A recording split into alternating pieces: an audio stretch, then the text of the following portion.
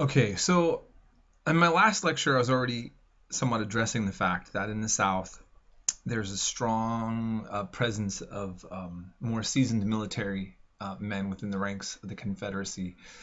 Um, and But in the middle of that, something that I'm always upset when I forget to mention, which is really fundamental. Um, the Confederacy had the strong sense in the middle of the slavery issue.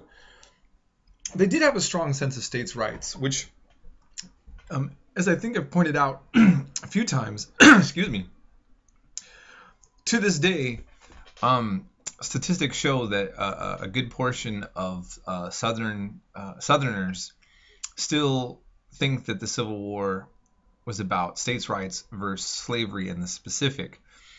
And there is several different there are several different set of circumstances that do create a good reason for them to kind of put that into the narrative. But one of the other parts of this to that story that I don't think that they've mentioned too much or gets brought up too much is that was partly for sure one of the downfalls of the South, which to say is Lincoln is going to function almost like a dictator. He's going to have a tremendous amount of power.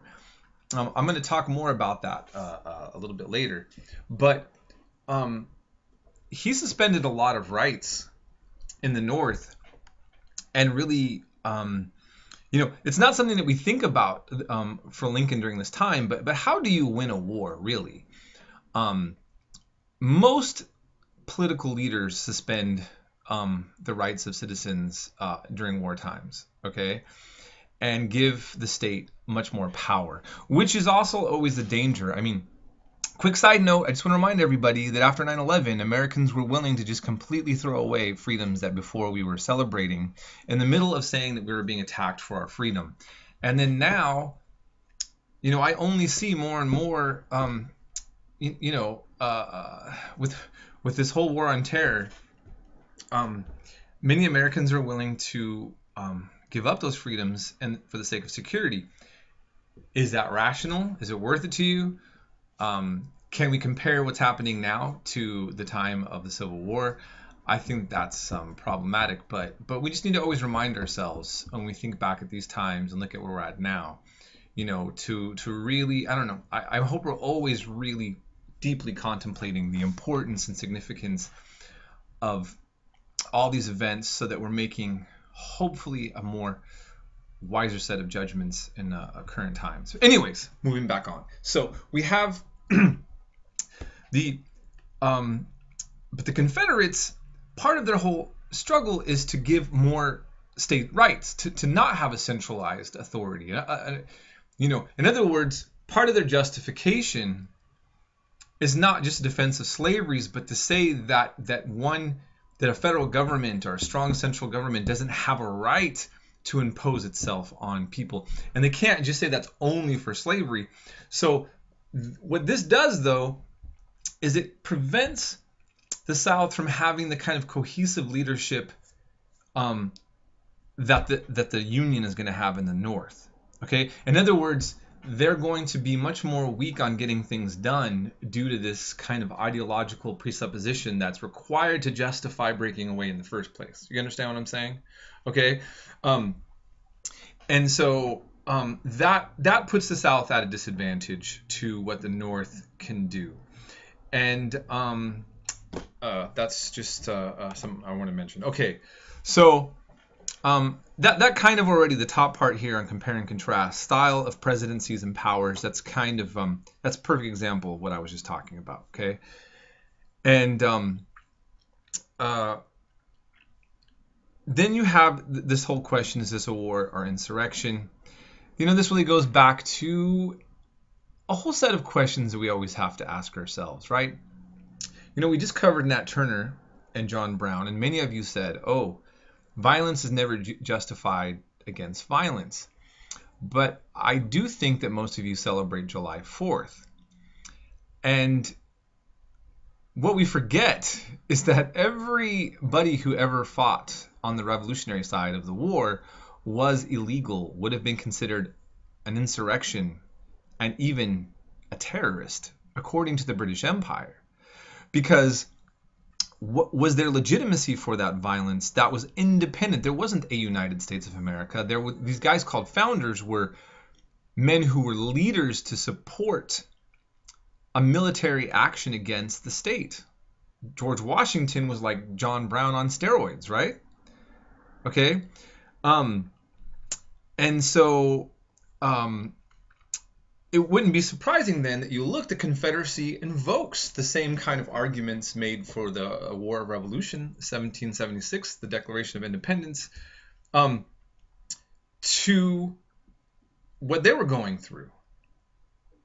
And, you know, I think this is the problem there's always going to be, especially in the American legacy, or when you have any government that's based on revolution, is that we justify our very existence by defying law and government for the sake of some higher principle, right?